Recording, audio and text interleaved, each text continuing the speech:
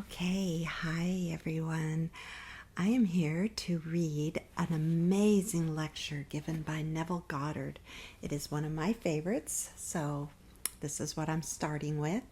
Today is July 15th, 2024, and this was originally published in 1951, and it's called Feeling is the Secret. Chapter 1, Law and its Operation. The world and all within it is man's conditioned consciousness objectified. Consciousness is the cause as well as the substance of the entire world. So it is to consciousness that we must turn if we would discover the secret of creation. Knowledge of the law of consciousness and the method of operating this law will enable you to accomplish all you desire in life. Armed with a working knowledge of this law, you can build and maintain an ideal world. Consciousness is the one and only reality, not figuratively, but actually. This reality may, for the sake of clarity, be likened unto a stream, which is divided into two parts, the consciousness and the subconscious. In order to intelligently operate the law of consciousness, it is necessary to understand the relationship between the conscious and the subconscious. The conscious is personal and selective. The subconscious is impersonal and non-selective. The conscious is the realm of effect. The subconscious is the realm of cause.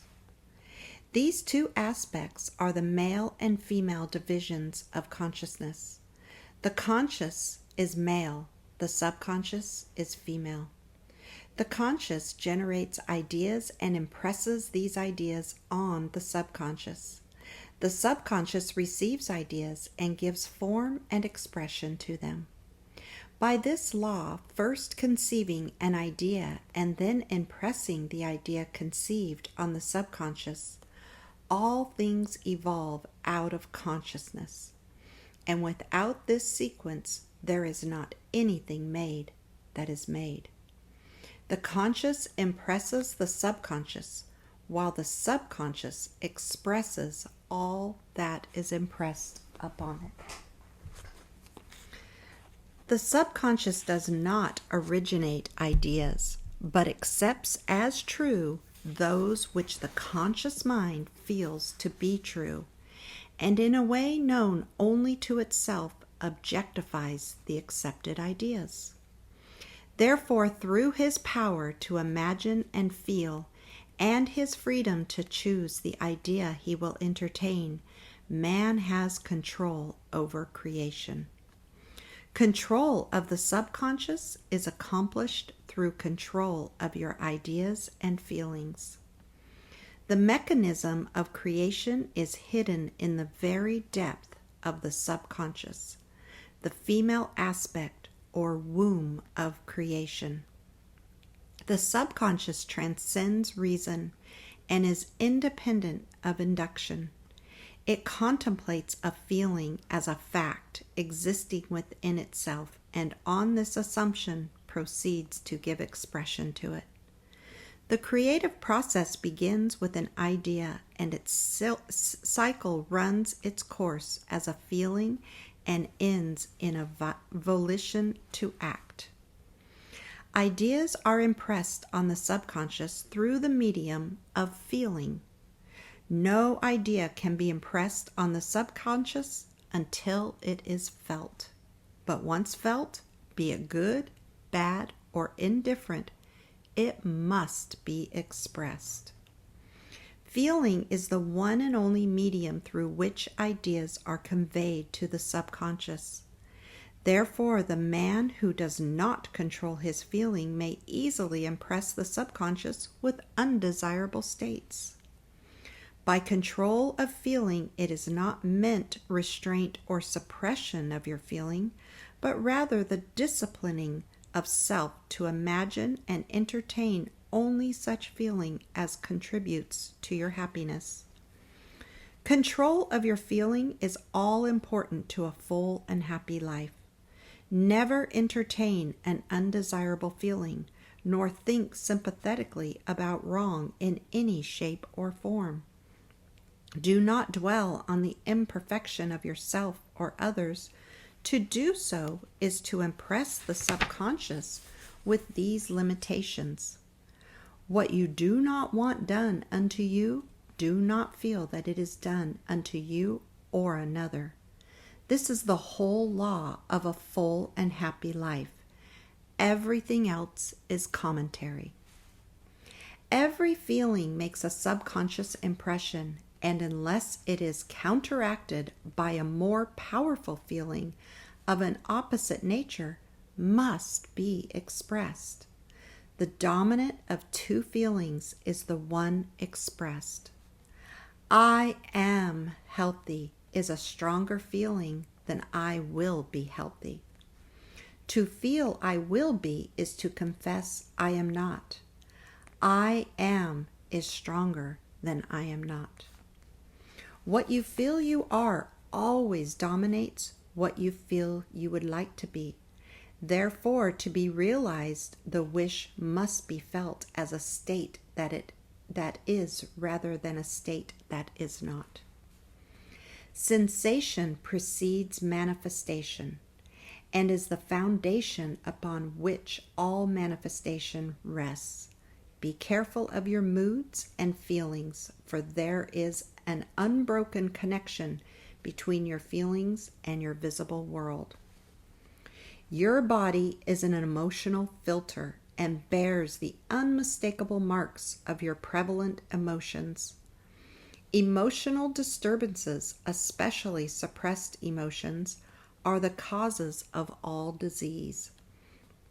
To feel intensely about a wrong without voicing or expressing that feeling is the beginning of disease, dis-ease, in both body and environment. Do not entertain the feeling of regret or failure for frustration or detachment from your objective results in disease. Think feelingly only of the state you desire to realize. Feeling the reality of the state sought and living and acting on that conviction is the way of all seeming miracles. All changes of expression are brought about through a change of feeling. A change of feeling is a change of destiny. All creation occurs in the domain of the subconscious. What you must acquire, then, is a reflective control of the operation of the subconscious. That is, control of your ideas and feelings. Chance or accident is not responsible for the things that happen to you, nor is predestined fate the author of your fortune or misfortune. Your subconscious impressions determine the conditions of your world. The subconscious is not selective, it is impersonal and no respecter of persons. The subconscious is not concerned with the truth or falsity of your feeling. It always accepts as true that which you feel to be true. Feeling is the assent of the subconscious to the truth of that which is declared to be true. Because of this quality of the subconscious, there is nothing impossible to man. Whatever the mind of man can conceive and feel as true, the subconscious can and must objectify. Your feelings create the pattern from which your world is fashioned, and a change of feeling is a change of pattern. The subconscious never fails to express that which has been impressed upon it.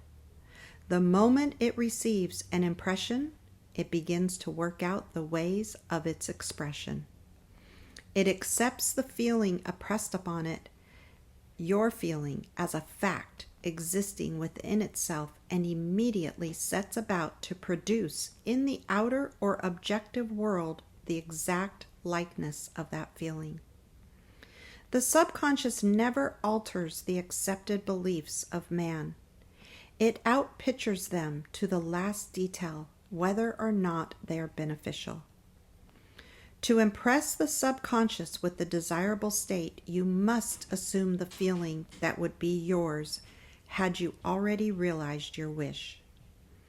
In defining your objective, you must be concerned only with the objective itself. The manner of expression or the difficulties involved are not to be considered by you. To think feelingly on any state impresses it on the subconscious. Therefore, if you dwell on difficulties, barriers, or delay, the subconscious, by its very non-selective nature, accepts the feeling of difficulties and obstacles as your request and proceeds to produce them in your outer world. The subconscious is the womb of creation. It receives the idea unto itself through the feelings of man. It never changes the idea received, but always gives it form. Hence, the subconscious outpictures the idea in the image and likeness of the feeling received. To feel a state as hopeless or impossible is to impress the subconscious with the idea of failure. Although the subconscious faithfully serves man, it must not be inferred that the relation is that of a servant to a master, as was anciently conceived. The ancient prophets called it the slave and servant of man. St. Paul personified it as a woman and said, quote, "The woman should be subject to man in everything," end quote. The subconscious does serve man and faithfully gives form to his feelings. However, the subconscious has a distinct distaste for compulsion and responds to persuasion rather than to command. Consequently, it resembles the beloved wife more than the servant. Quote, "The husband is head of the wife," end quote. May not be true of man and woman in their earthly relationship, but it is true of the conscious and the subconscious, or the male and female aspects of consciousness. The mystery to which Paul referred when he wrote, quote, "This is a great mystery. He that loveth his wife loveth himself, and they two shall be one flesh," end quote, is simply the mystery of consciousness. Consciousness is really one and undivided, but for creation's sake it appears to be divided into two. The conscious (objective) or male aspect truly is the head and dominates the subconscious (subjective) or female aspect. However, this leadership is not that of the tyrant, but of the lover. So by assuming the feeling that would be yours, were you already in possession of your objective, the subconscious is moved to build the exact likeness of your assumption. Your desires are not subconsciously accepted until you assume the feeling of their reality. For only through feeling is an idea subconsciously accepted, and only through this subconscious acceptance is it ever expressed. It is easier to ascribe your feeling to events in the world than to admit that the conditions of the world reflect your feeling. However, it is eternally true that the outside mirrors the inside. Quote, "As within, so without," end quote.